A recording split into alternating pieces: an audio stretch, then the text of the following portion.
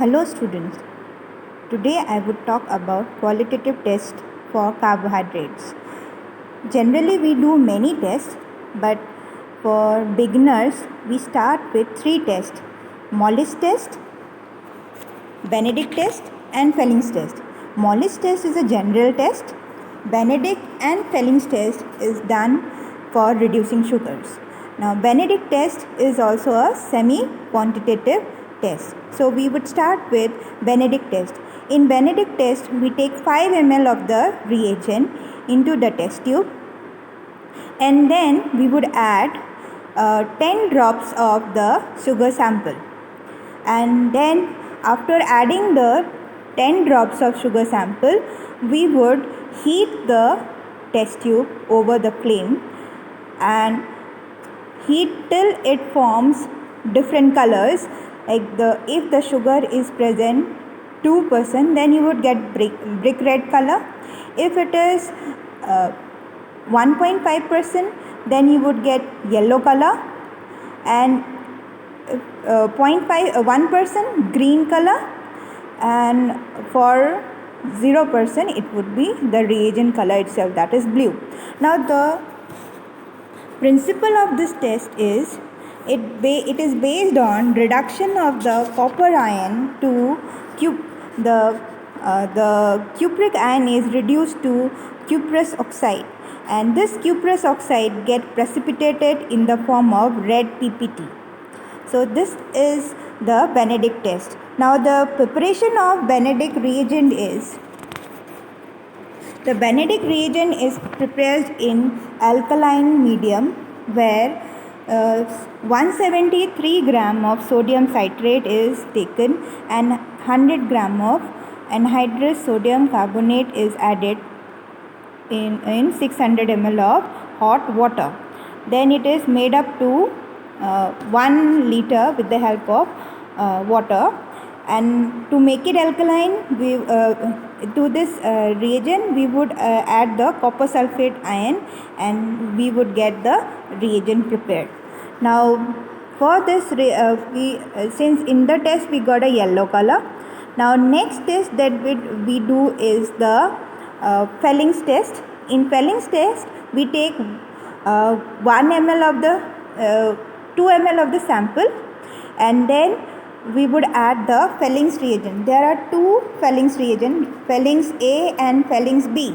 So we would add 1 ml of Fellings A and then another 1 ml of Fellings B. Again we would heat the sample over the flame. The principle is same.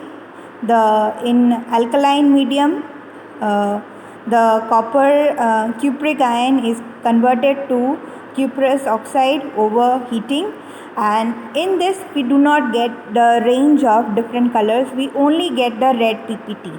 So this test is totally for reducing sugar. Any sugar which is reducing nature would give you the positive test in this test. So we would heat it and then we would see the red PPT formation. Now while heating we should see this that it is not boiled, it is only heated. We should not boil it. If there is bumping, we should remove it from the test tube. We should put the sample away from the this flame, and again after it get cooled down we would heat it. So this is a whole process of Fellings test done for detection of sugar in the sample, and if the sugar is reducing sugar, then only we would get a red PPT in Fellings test, as well as in Benedict also we would get a red PPT or different colors like yellow, orange, green and blue.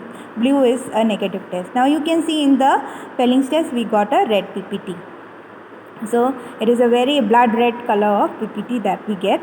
Now the next test, the last test is a general test, that is Mollis test. In Mollis test the principle is concentrated sulfuric acid hydrolyzes glycosidic bond to yield monosaccharide, which is in the presence of an acid get dehydrated to form furfural and its derivatives. These products react with the sulfonated alpha naphthol to give a purple complex.